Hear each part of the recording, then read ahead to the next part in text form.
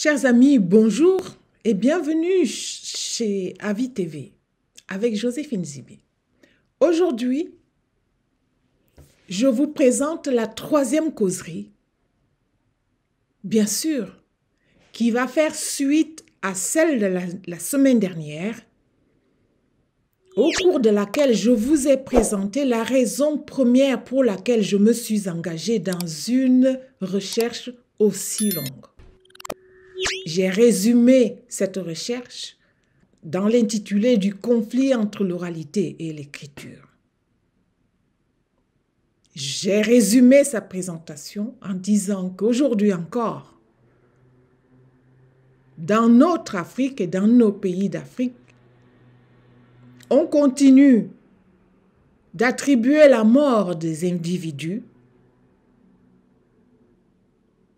à la sorcellerie, au sort jeté par les uns et les autres. Cela quand bien même les maladies sont diagnostiquées par les médecins, c'est-à-dire par la connaissance scientifique objective. Et nous avons pris l'habitude de voir ça comme normal. Souvent, on dit, mais ça c'est le diable, le démon.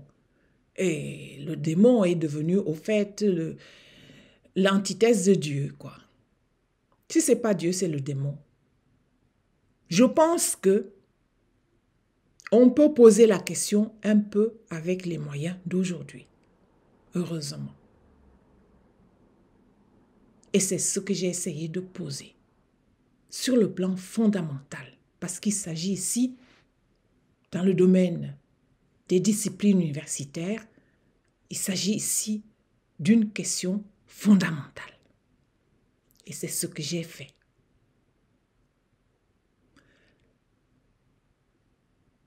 Dans la vidéo la semaine dernière, je vous annonçais que j'allais présenter aujourd'hui de quelle manière ce même problème se jouait en Europe occidentale.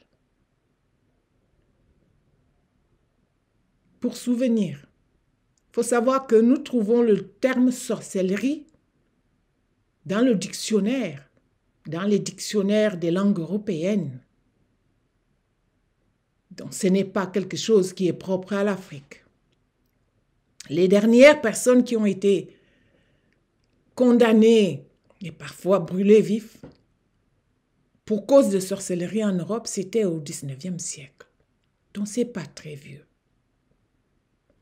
Avec le progrès des philosophies et des sciences, les Européens ont dépassé cette étape où on continuait à accuser les individus au nom de la sorcellerie. Où on continuait à attribuer les morts parce que autrefois, les grandes épidémies, c'était toujours quelqu'un qui l'a fait. Donc, l'Afrique d'aujourd'hui, ce qu'elle continue de faire, les autres l'ont fait avant. Au fait, ce n'est qu'une continuité des civilisations de l'oralité.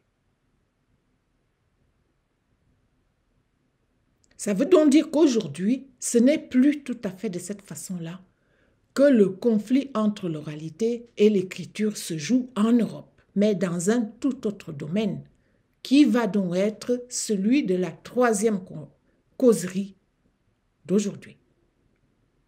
Il s'agit de la difficulté de transmettre l'héritage du christianisme au sein des disciplines, d'une part philosophiques qui ont évolué, d'autre part de la discipline scientifique, des sciences en général qui ont aussi évolué. Aujourd'hui, la majorité des familles, des individus en Europe se retrouvent devant trois discours dont on ne sait pas comment les unir en soi.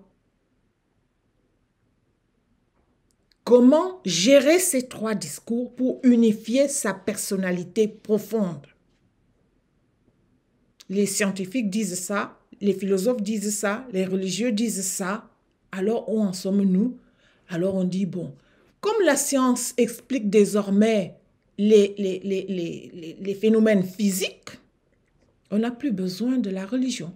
Comme la philosophie critique tout, on n'a plus besoin de la religion. Et la majorité des Européens s'est arrêtée là.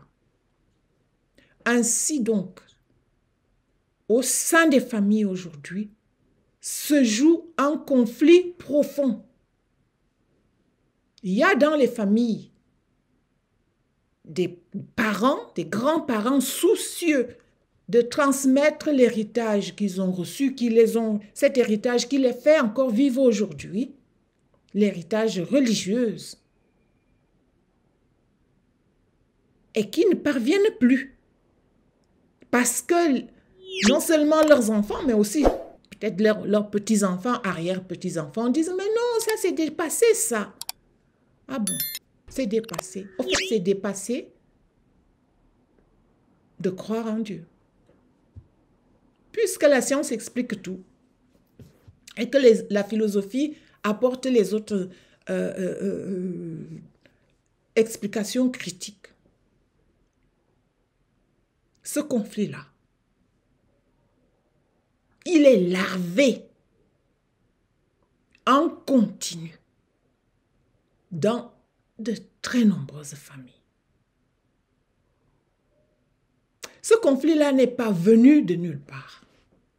Ce conflit-là, plusieurs individus aujourd'hui vous diront, j'ai lu la Bible, j'ai écouté la messe, j'ai vu ce que donnait le christianisme, j'ai rien compris. Moi, j'ai été témoin de quelqu'un qui me dit cela. Je n'ai pas compris. Et pardonnez-moi de le dire, il dit souvent, quand toi tu expliques de quelle manière les trois discours doivent s'unifier en soi, alors on comprend, on se dit, mais on a l'impression d'avoir jeté le bébé avec l'eau du bain. Donc, ces trois discours pouvaient s'unifier. On n'a pas su.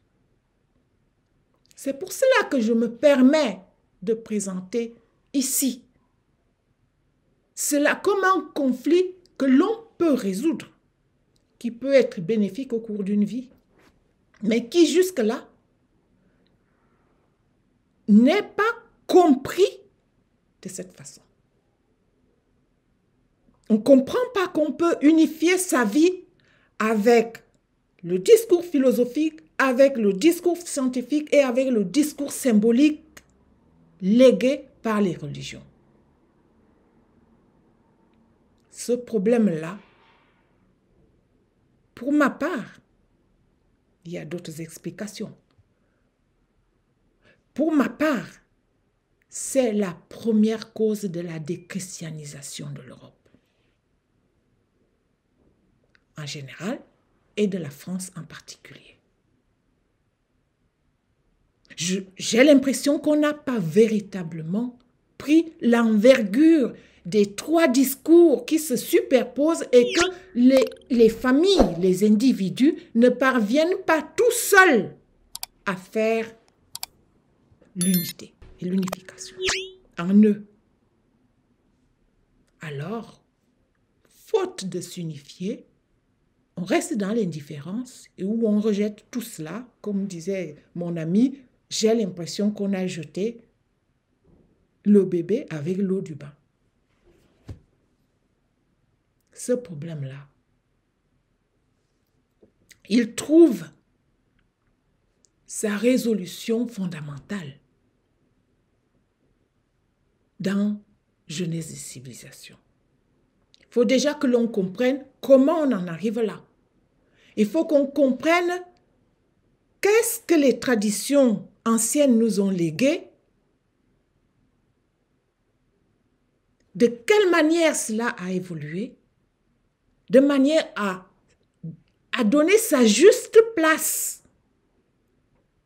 aujourd'hui au discours symbolique, bien sûr, en l'expurgeant. C'est-à-dire en prenant ce qui nous fait vivre et qui continue et qui s'est avéré bénéfique pour l'humanité et en enlevant ce que les civilisations anciennes ont mis dans le religieux, disons, pour couper court, par ignorance, faute de mieux.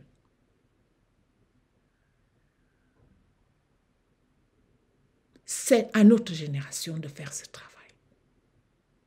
Ce ne sont pas nos ancêtres qui nous ont légué ces discours qui le feront à notre place. C'est là le premier aspect du conflit entre l'oralité et l'écriture qui se joue sous nos yeux et maintenant, dans la majorité des familles d'Europe, et c'est à nous de regarder cela. C'est à nous de prendre conscience que c'est à cet endroit que se joue peut-être un certain avenir de notre civilisation. La semaine prochaine, je vais présenter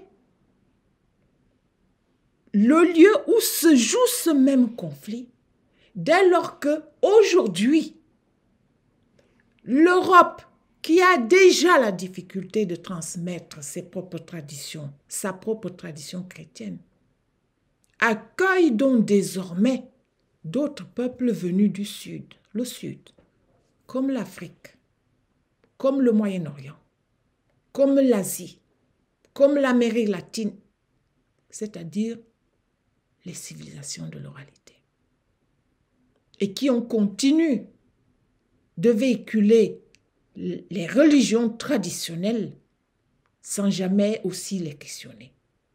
Vous voyez la difficulté et l'envergure du sujet et du problème. La semaine prochaine, nous poserons cet autre volet du conflit entre l'oralité et l'écriture.